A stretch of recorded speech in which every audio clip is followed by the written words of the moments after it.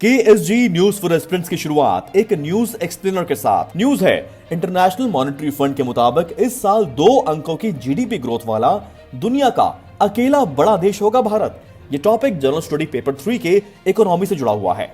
IMF यानी international Monetary fund या अंतरराष्ट्रीय मुद्रा कोष ने इस वर्ष भारत की विकास दर 11.5% रहने का अनुमान व्यक्त किया है। यदि यह अनुमान सही साबित होता है तो इस कोरोना संकट के दौर में भारत दुनिया का ऐसा एकमात्र देश होगा जिसकी वृद्धि दर दहाई अंक में होगी। इस अनुमान ने एक बार फिर भारत को सबसे तेजी से विकसित हो रही अर्थव्यवस्था वाला देश बना दिया है। अंतर्राष्ट्रीय मुद्रा कोष का कहना है कि पिछले वर्ष भारतीय अर्थव्यवस्था की वृद्धि दर का अनुमान 8% था। कोष ने ताजा अनुमान में कहा है कि इस वर्ष चीन की वृद्धि दर 8.1%, स्पेन की 5.9% और फ्रांस की 5.5% रहने का अनुमान है। अंतर्राष्ट्रीय मुद्रा कोष के अनुसार अगले वर्ष यानी साल 2022 में भारतीय अर्थव्यवस्था की वृद्धि दर 6.8%, जबकि चीन की 5.6% ही रहने की संभावना है। इस महीने के शुरू में IMF managing director Kristalina Georgieva ने कहा था कि भारत ने कोरोना और अर्थव्यवस्था पर इसके प्रभाव से निपटने के लिए वास्तव में बहुत ठोस कदम उठाए हैं। आइए अब समझते हैं IMF के बारे में। The International Monetary Fund is an organisation of 190 countries working to foster global monetary cooperation, secure financial stability, facilitate international trade, promote high employment and sustainable economic growth, and reduce poverty around the world.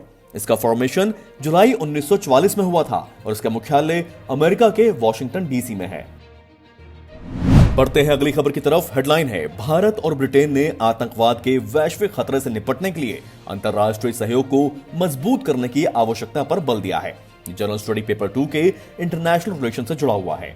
Bharat और Britain ने दक्षिण Asia में सीमा पर आतंकवाद सहित आतंकवाद के वैश्विक खतरे से निपटने के लिए अंतर्राष्ट्रीय सहयोग को मजबूत करने की आवश्यकता पर बल दिया। इस महीने की 21 और 22 तारीख को आयोजित आतंकवाद से निपटने पर भारत ब्रिटेन संयुक्त कार्यदल की 14वीं बैठक में दोनों देशों ने आतंकवाद के सभी रूपों की कड़ी निंदा की है। दोनों देशों ने आतंकवादियों और आतंकवादी गतिविधियों में शामिल गुटों पर प्रतिबंध लगाने पर भी विचार किया।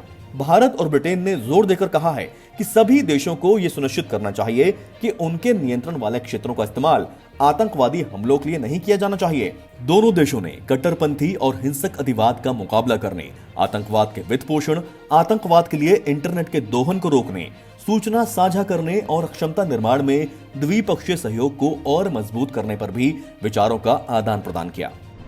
Next topic of the day is second United Nations high level advisory board. ये जनरल स्टडी पेपर 2 के इंटरनेशनल रिलेशन से जुड़ा हुआ है।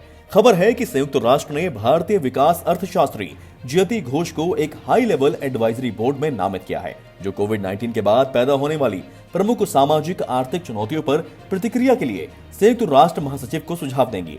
65 वर्षीय Ghosh university of Massachusetts Amherst में अर्थशास्त्र की प्रोफेसर हैं। उन्होंने लगभग 35 वर्षों तक जवाहरलाल नेहरू विश्वविद्यालय में अर्थशास्त्र पढ़ाया है और कई किताबें लिखी हैं। आइए समझते हैं इस खबर से जुड़े कुछ इंपॉर्टेंट फैक्ट्स। यूएनडेसा यानी UN department of economic and social affairs ने कहा है कि आर्थिक और सामाजिक क्षेत्रों में अपने इंटेलेक्चुअल लीडरशिप के लिए विश्व स्तर पर प्रसिद्ध 20 प्रमुख हस्तियों को मिलाकर आर्थिक और सामाजिक मामलों पर दूसरा UNHLAB यानी United Nations high level advisory board का गठन किया जाएगा।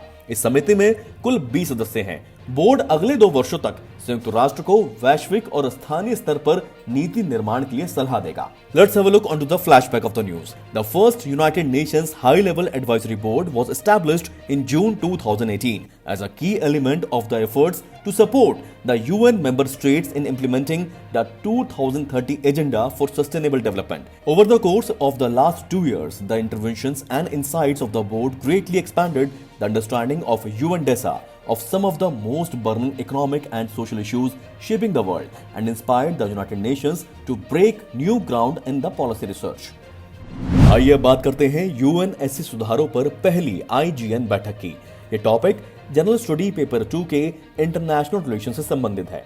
UNSC यानी यूनाइटेड नेशंस सिक्योरिटी काउंसिल में स्थायी सदस्यता की मांग कर रहे भारत और G4 समूह के अन्य 3 सदस्यों ब्राजील, जापान और जर्मनी ने जोर देकर कहा है कि UNSC में सुधार के लिए IGN यानी इंटर गवर्नमेंटल नेगोशिएशंस के मौजूदा प्रारूप को तभी बचाया जा सकता है जब सिंगल नेगोशिएटिंग टेक्स्ट यानी एकल दस्तावेज आधारित वार्ता हो और प्रक्रिया में संयुक्त राष्ट्र महासभा के नियमों का अनुपालन किया जाए।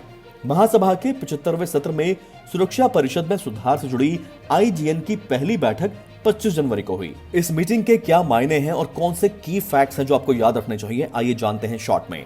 During the meeting, the G4 nations said only two things can save the IGN as a format: negotiations of a single text with attributions reflecting various positions taken by member states in the last 12 years and the application of the rules of procedure of the General Assembly.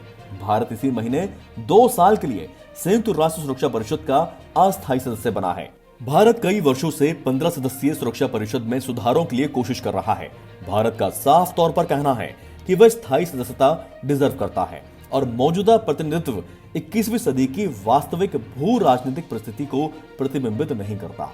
IGN की आमने सामने की बैठक पिछले साल मई में कोविड-19 pandemic की वजह से स्थगित कर दी गई थी। G4 ने आईजीएन की प्रक्रिया पिछले साल मार्च में जहां छूटी थी वहीं से शुरू करने की मांग की है।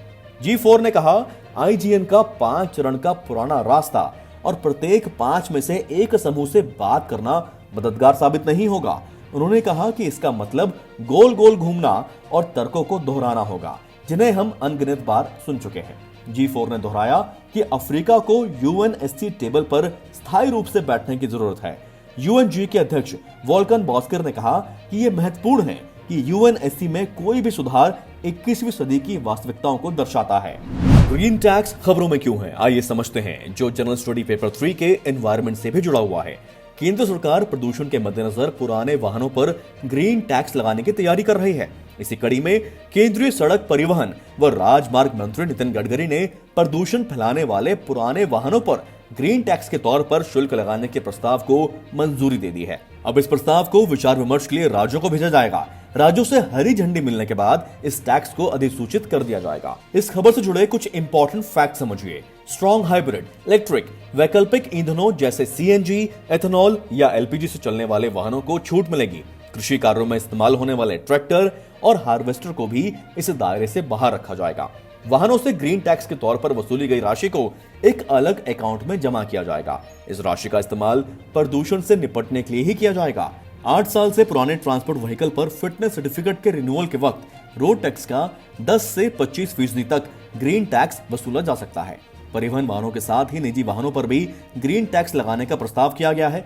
मंत्रालय के मुताबिक निजी वाहनों से 15 साल के बाद व्हीकल रजिस्ट्रेशन के लिए आवेदन करने पर ग्रीन टैक्स वसूला जाएगा। वहीं सार्वजनिक परिवहन वाहनों मसलन सिटी बसों से कम ग्रीन टैक्स वसूला जाएगा। ज्यादा प्रदूषित शहरों में प्रदूषण को नियंत्रित करने के लिए 50% तक हायर ग्रीन टैक्स वसूलने का भी प्रावधान किया गया है। वाहनों पर कितना टैक्स लगाना है कई मापदंडों पर निर्भर करेगा। वाहन के ईंधन और उसके टाइप के आधार पर ग्रीन टैक्स लिया जाएगा। प्रदूषण नियंत्रण के साथ साथ ग्रीन टैक्स लागू करने से आम जनता को नए वाहन खरीदने के लिए प्रोत्साहित किया जाएगा। केंद्रीय मंत्री नितिन गडकरी ने एक और प्रस्ताव को मंजूरी दी है। इस प्रस्ताव में प्रावधान है कि सरकारी विभागों और सार्वजनिक उपक्रमों के 15 साल से अधिक पुराने वाहनों का पंजीकरण नहीं किया जाए, इसके बजाय उन्हें स्क्रैप किया जाए। इस प्रस्ताव को देश भर में 1 अप्रैल 2022 से लागू किया जाएगा। राज्यों, शहरों, कस्बों या गांवों को सबसे ज्यादा कमर्शियल वाहन प्रदूषित करते हैं। एक अनुमान के मुताबिक देश में कुल वाहनों का महज 5% ही कमर्शियल वाहन है। ये 5% वाहन कुल वाहन प्रदूषण का 65 से 70% तक योगदान करते हैं और इनमें साल 2000 से पहले के बने वाहन महज 1% हैं, लेकिन ये 15% प्रदूषण फैलाने के लिए जिम्मेदार हैं। आधुनिक वाहनों से अगर तुलना करें तो पुराने वाहन 10 से 15 गुना अधिक प्रदूषण उत्सर्जित करते हैं। अगली खबर है, भारत के युवा गणितज्ञ निखिल श्रीवास्तव को मिला माइकल एंड शीला हेल्ड पुरस्कार। जनरल स्टडी पेपर 3 के साइंस एंड टेक्नोलॉजी से संबंधित है।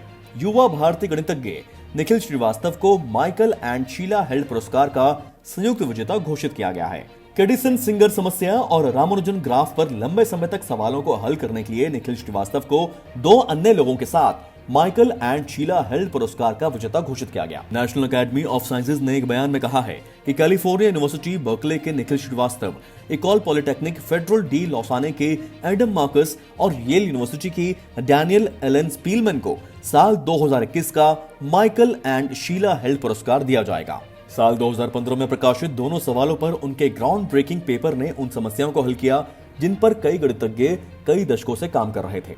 The Michael and Sheila Held Prize is presented annually and honors outstanding, innovative, creative, and influential research in the areas of combinatorial and discrete optimization or related parts of computer science, such as the design and analysis of algorithms and complexity theory.